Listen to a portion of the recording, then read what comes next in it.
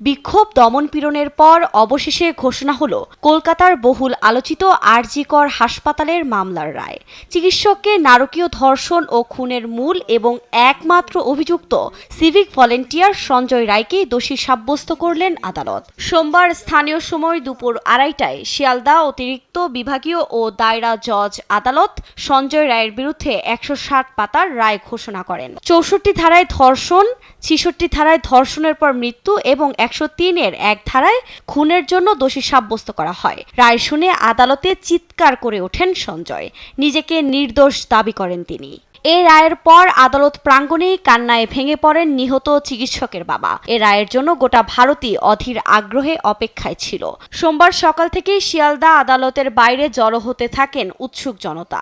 রায়ের পর স্বস্তির নিঃশ্বাস ফেলেন তারা। শিয়ালদার আশেপাশে পুরো এলাকা মুড়ে ফেলা হয় কড়া নিরাপত্তার বেড়াজাল। তবে দোষী ঘোষণা করা হলেও তার সাজা কি হবে তা জানতে অপেক্ষা করতে হবে আরও 2 দিন। আগামী সোমবার স্থানীয় সময় দুপুর 12:30টায় আদালতে সাজা ঘোষণা করা হবে। ভারতীয় গণমাধ্যমগুলোর খবর অনুযায়ী গেল বছরের 8 আগস্ট পর্যন্ত টানা 36 ঘন্টা ডিউটিতে ছিলেন নিহত ওই চিকিৎসক। পরদিন সেমিনার হল থেকে অর্ধনগ্ন অবস্থায় মরদেহ উদ্ধার করা হয়।